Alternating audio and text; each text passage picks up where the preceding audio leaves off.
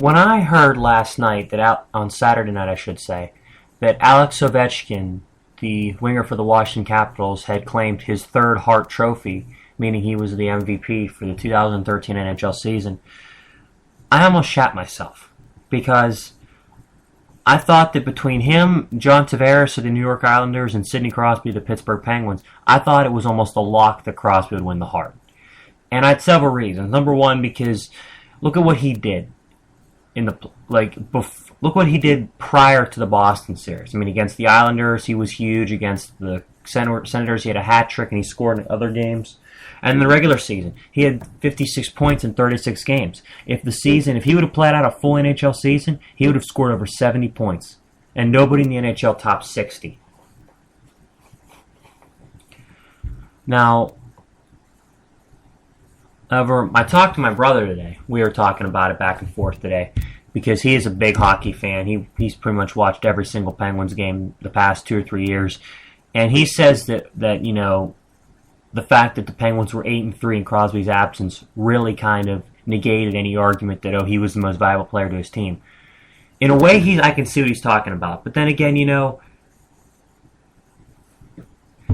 if you look at some of the games that we lost without Crosby, whether it be against the Bills, the Sabres, or whether it be against the Rangers, we got blown out twice without Crosby. It took this team so long to adjust not having him. But if you look at what Ovechkin and Tavares did, if anything, they were more deserving of it than Crosby. Because MVP, by definition, is the most valuable player to his team. John Tavares, I mean, if you look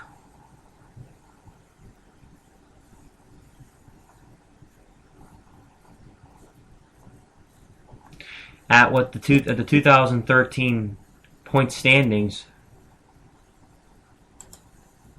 in the NHL,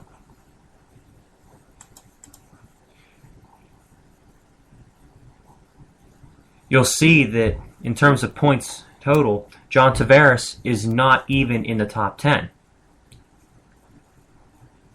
However,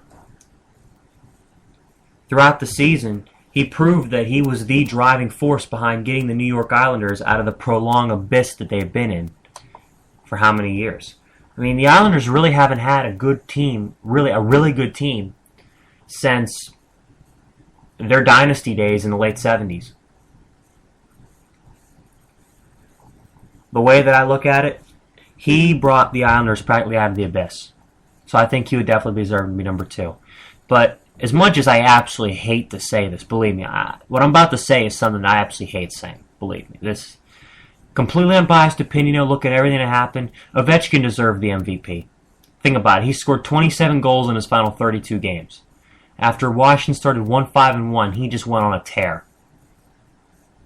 I mean, he was scoring like hell. He literally could not be stopped. And at one point, Washington was dead last in the Eastern Conference, and he took them all the way to the 3rd seed in the East. It's kind of funny because the only one of the 3 guys, Tavares, Ovechkin, and Crosby, to actually, consistently play well in the playoffs was Tavares, because he had a few goals and a few assists against the Penguins in the opening round of the playoffs. Ovechkin had 2 points in 7 games against the Rangers, and remember what Crosby did the last few games whenever the Penguins fell to the Bruins. So, really, it's kind of a toss-up either way, but I think that as much as I hate to say this, Ovechkin was the one who deserved it. I mean, but Crosby definitely deserved most outstanding player. Let's not even go there, okay?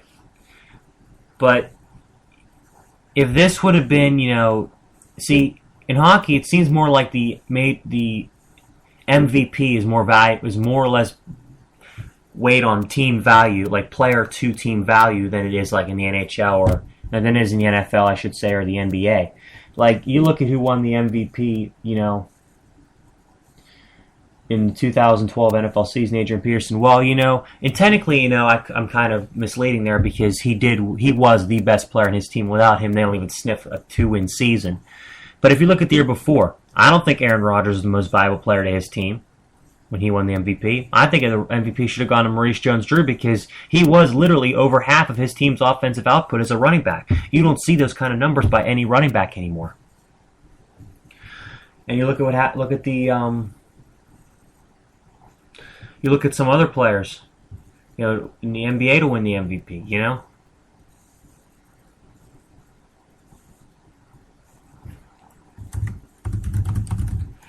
Over the past few years, and I think that several players have been snubbed over the past few years.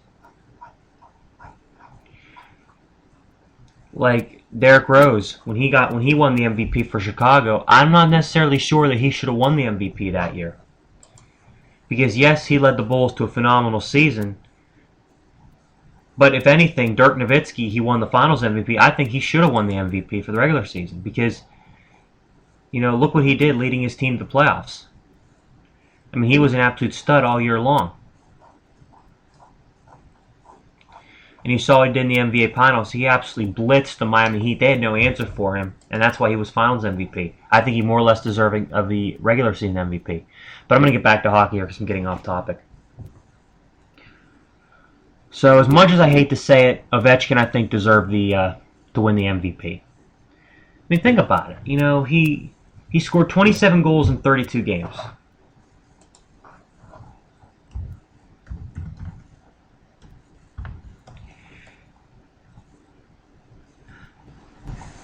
Now, if you do the math,